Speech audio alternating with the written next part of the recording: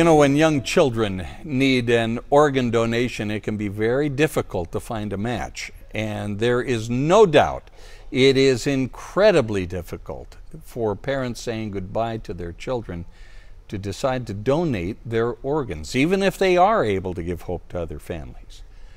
Fox 13 News reporter Spencer Joseph shows with our partners at Donor Connect how one family's heartbreaking loss helped many others.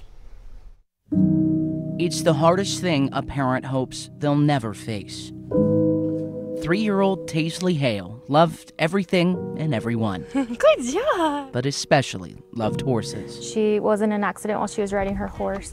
And she hit her head and received a traumatic brain injury. Taisley was life-flighted to Primary Children's Hospital. They did everything they could, but she did have a traumatic brain injury, and so she was never going to wake up.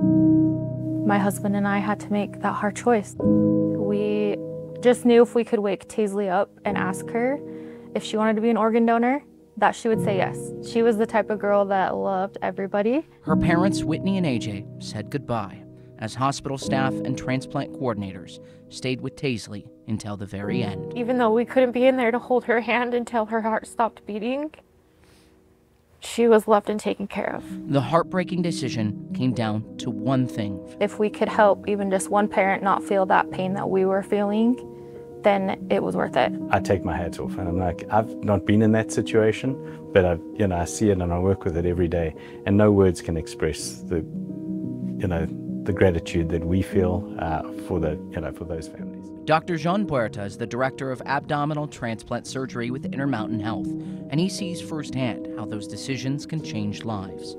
Go from a sick child who's dying to a child who's now going to go to school, be completely normal, and the only thing they've got is a scar on their belly to show. The size barrier is the single greatest obstacle for pediatric recipients, especially infants and toddlers. Size-matched organs are critical. This means sick children are often waiting for a long time. So our heart always goes out to families that are on the waiting list and that are just waiting for, any miracle that they can. But once a match is found, they are incredibly resilient. They do so well. Taisley's gifts of life went to several young children. Taisley was able to save a 2-year-old little boy, and if he hadn't gotten Taisley's heart, he wouldn't have lived very much longer.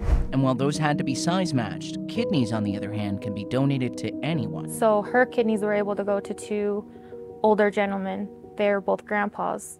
And she has been able to give them the opportunity to have more time with their families. Inspired by her daughter, Whitney is now an aftercare coordinator with Donor Connect, leading parents through those same tragic days. I finally, in my 30s, know what I want to be in my life, So I just feel like I'm right where I'm supposed to be, and she kind of led me here. And while she's gone, Taisley's loving 3-year-old spirit lives on in the gifts she was able to give and the families her mom now helps. Do you think about her every day on the job? Every day, yeah. I love this. I want to keep talking about this. It's changed my life completely. Spencer Joseph. It's important to me to keep talking about Taisley. I'll never stop. Fox 13 News. It can be a beautiful thing if we can turn some of those tragedies and unfortunate deaths into something beautiful. Utah.